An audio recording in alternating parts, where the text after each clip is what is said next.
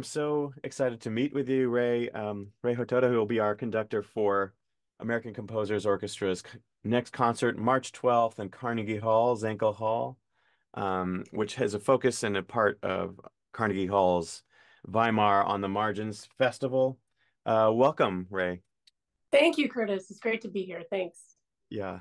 Um, we were just having a great conversation about the concept of the program, the concept of this festival. I can't wait to share some of these ideas with our viewers. So I just want to get into, Ray, just what is your relationship to this period of time in Weimar between world wars? There's a period of transition. Um, and the musics and the creativity that's being explored during that time. What is your relationship to some of that? Well, it's a fascinating period in Germany, in Berlin, and a time where so many artists, visual artists, poets, writers, theater people, musicians, and composers all came together. And it was this explosion of freedom. And in a way, I find it extremely inspiring because it really unmasked the world around them and opened everything up. It was like a flood stream of just experimental music to, hearing that all of this like technology was happening, and the industrial age was at full force. And so a lot of it is like this explosion that happened in a very brief time of Germany that was incredibly experimental and fun.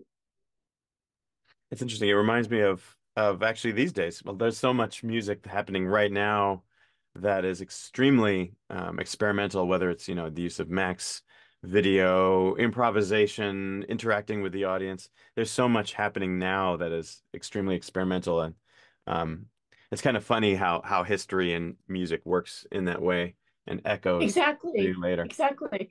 And even now, I think, and the work that I do as a conductor is really exploring different cultures. And during that time in the 1920s, in Weimar, Germany, there was this transnational exchange of cultures. So it was the first time that Europeans saw Black musicians performing, and Duke Ellington's music was, presented for the first time. And so this exploration of different cultures, and again, across oceans is kind of really interesting. And the celebration of jazz music, which is really kind of the focus of our program with the ACO.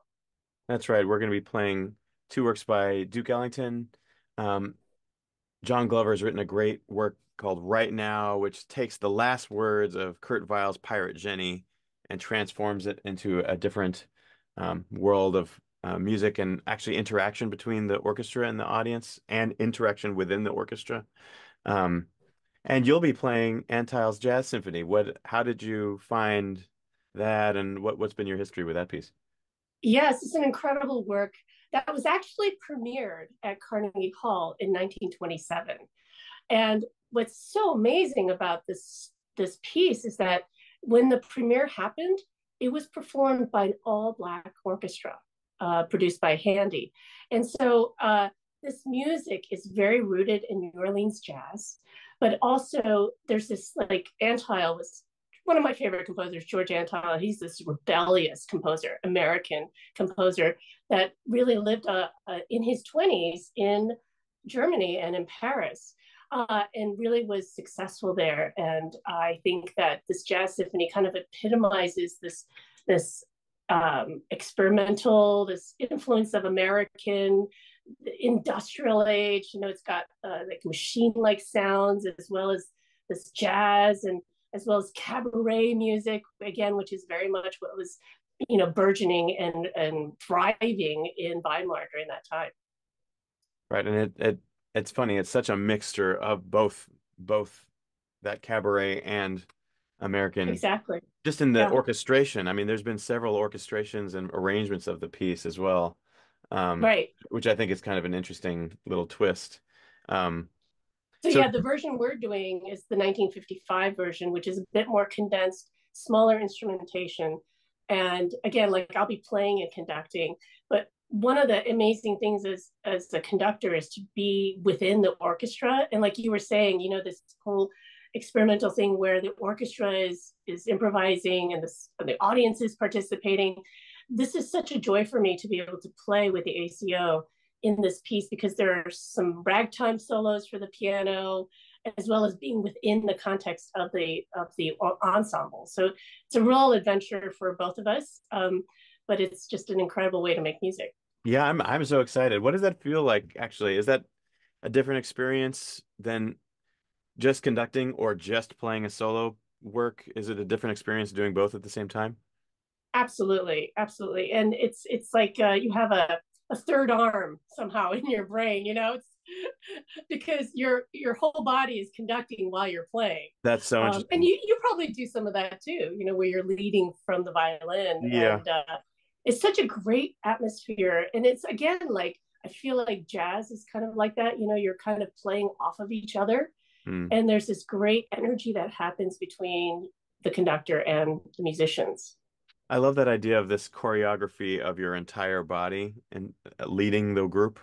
Um, Yeah. I mean, I was, the great soloists, they kind of emit this energy from their position.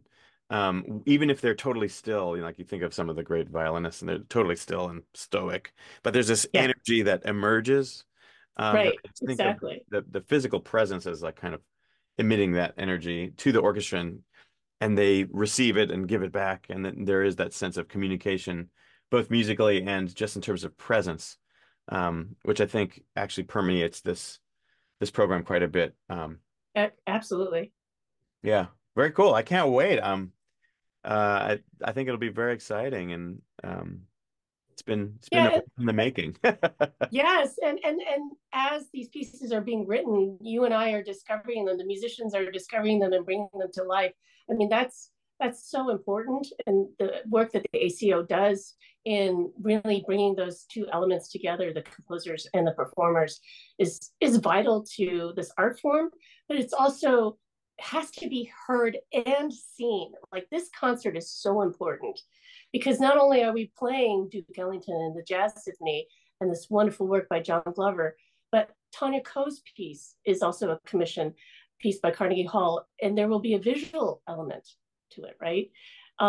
Jared and Taha Tate's piece, Clans, is depicting the indigenous population, which our land is from. I mean, this is our land, and we need to celebrate those cultures. That's right. I mean, that rings true of that same exploration in Weimar, this the celebration of these new cultures, jazz making its way to Europe, and they're hearing this for the first time. And it's it is kind of funny. We were talking about this. It's funny what things we're hearing for the quote unquote first time in Mm-hmm. 2024 in an orchestral setting. And I love this kind of blending of both cultures and performance practices that these different cultures bring to the stage.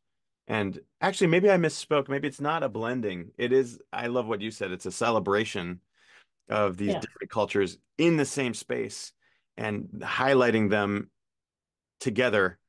Their juxtaposition actually brings hopefully more celebration to both their differences and their connections, and illuminates the meanings of them being in the same space as well as echoing the musics that came from Weimar a hundred years prior. So Right. yeah, I appreciate you bringing all that stuff up. Yeah, I can't wait. It's a good Yeah. program. We It's, did good. I hope. yes, we did. People have to come to the concert to see if we did. We'll see what happens. Absolutely. They have to experience it because it'll be like no other That's concert right. they've Nothing else has experienced. happened like this ever before in the world or in time or history.